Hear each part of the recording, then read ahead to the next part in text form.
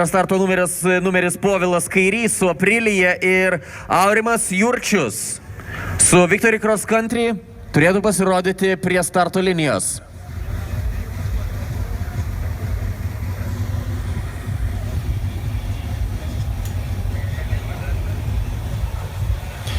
Na ir šį kartelį jėgos jau tikrai nėra lygios. Povilas Kairys su Aprilyje 1 litras 130 arklio galių. Strytas, gatvinis motociklas prieš Aurimo Jurčio Victory Cross Country 1,7 kubinių centimetrų. Na ir visiškai ramiems pasivažinėjimams skirtas motociklas. 85 arklio galios.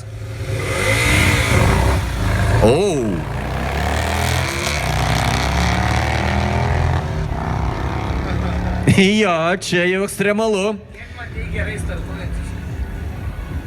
Victory Cross Country, šiaip startas buvo geras. Kągi, Povilas Kairys, sveikinimai jam, pirmoji vieta. Paplokite be abejo šitam bičiukui. Pirmą kartą organizuojamas motociklų dragas Lietuvoje ir pirmą kartą V-Twin įskaitoje Povilas Kairys tampa nugalėtoju. Antroji vieta Aurimas Jurčius su tikrai prabangiu ir fainu, gražiu Victory Cross Country motociklu.